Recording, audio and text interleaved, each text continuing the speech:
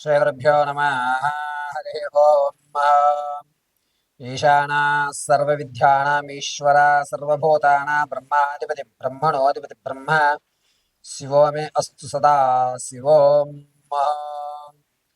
ఓం మహాదేవమీ ఈశ్వరీ జగదాంబికా పరాభట్టారికీ మహాకాళీ క్లీంకారస్వరూపిణీ నమో నమః.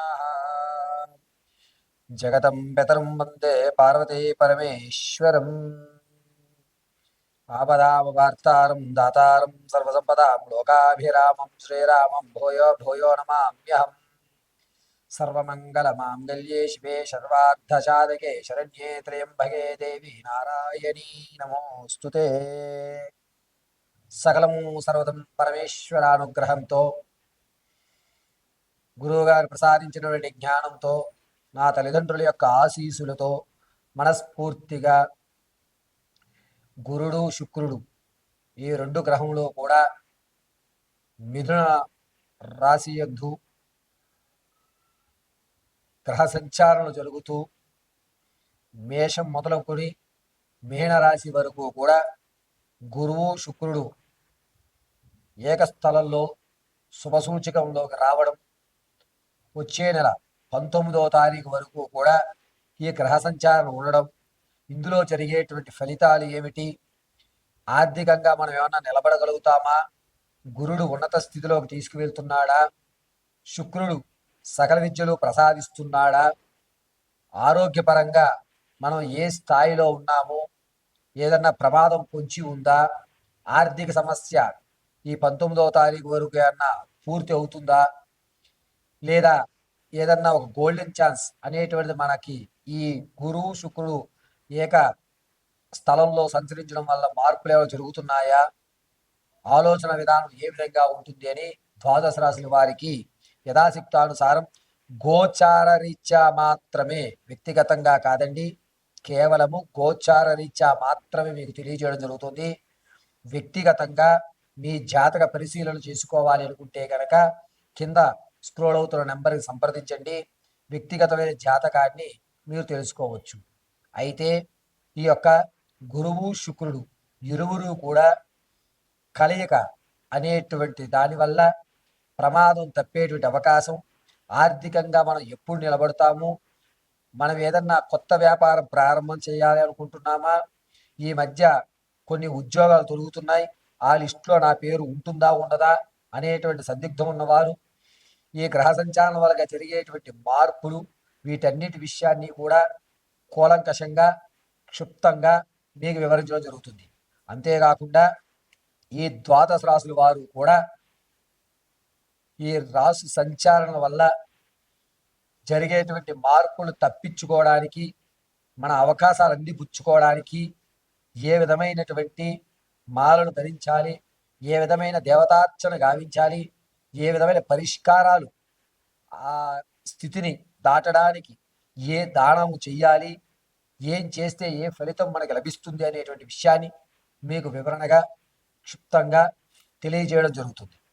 ఏదన్నా వ్యక్తిగతమైనటువంటి అనుమానంలో ఉంటే కనుక కింద స్క్రోల్ అవుతున్న నెంబర్ని సంప్రదించండి. వ్యక్తిగత జాతకాన్ని తెలుసుకోండి. గోచార రీత్యా మాత్రం మీకు జరిగేటువంటి విషయాలు, గురుడు శుక్రుడు ఈ ఇరువురు కూడా మిథున లగ్నంలోకి రావడం వల్ల జరిగేటువంటి అద్భుతాలు, అదేవిధంగా ఇబ్బందులు, ఇవి రెండింటినీ మీకు మేషం మొదలుకొని మీనరాశి వరకు కూడా చెప్పడం జరుగుతోంది. తదుపరి కుంభరాశి. గురుడు శుక్రుడు కూడా మిథున లగ్నంలోకి రావడం, దీనివల్ల కుంభరాశిలో వారికి అనూహ్యమైనటువంటి మార్పులు జరుగుతున్నాయి. మీరు అనుకున్నది జరగడం, మీ మాటకి విలువ రావడం, మీరంటూ మీ సొంతంగా ఆలోచనలు నిర్ణయం చేసుకోవడం, నేను ఎవరి సలహాలు తీసుకోను, ఏదైనా సరే కష్టమో నష్టమే నేనే పడతాను అనేటువంటి ఒక దృఢమైనటువంటి నిర్ణయం మీరు తీసుకుంటూ ఉంటారు. అది ఎంత కష్టమైనా మీరే కేవలం దాని భుజాల మీద వేసుకుని ఆ పనిని పూర్తి చేయడం అనేది జరుగుతుంది. ఎప్పటి నుంచో మీకు పెండింగ్లో ఉన్నటువంటి మీ ఆర్థికమైన సమస్య ఏదైతే ఉందో, లేకపోతే పెండింగ్ బిల్స్ ఏవైతే ఉన్నాయో అవి మీరు ఆగస్టు 28వ తారీఖు నుంచి సెప్టెంబర్ 9వ తారీఖు మధ్యలో మీరు అద్దపుచ్చుకుంటుంటారు. ఆర్థికంగా గట్టున చేరేటువంటి అవకాశం ఏర్పడుతుంది.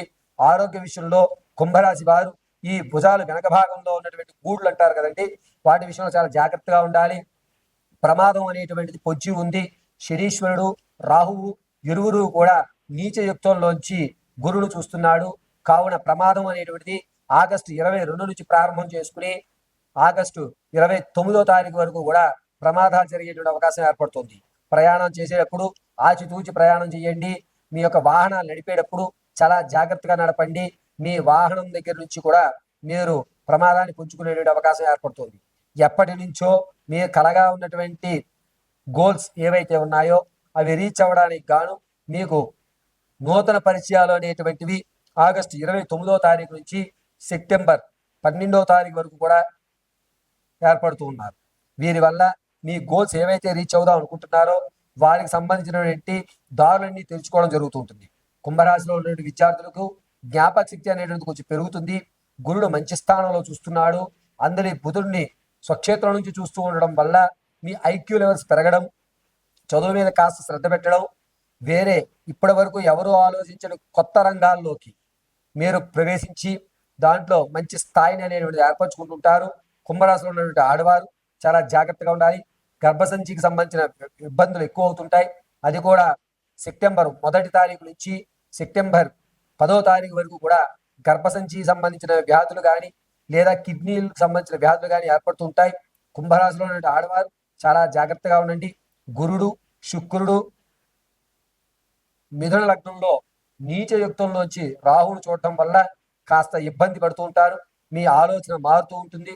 దీనివల్ల మీరు తీసుకోవాల్సిన నిర్ణయాన్ని కూడా వేరే వాళ్ళ యొక్క ఆలోచన మేరకు తీసుకుంటారు తప్ప స్వనిర్ణయం అనేటువంటి తీసుకోవడం జరగదు.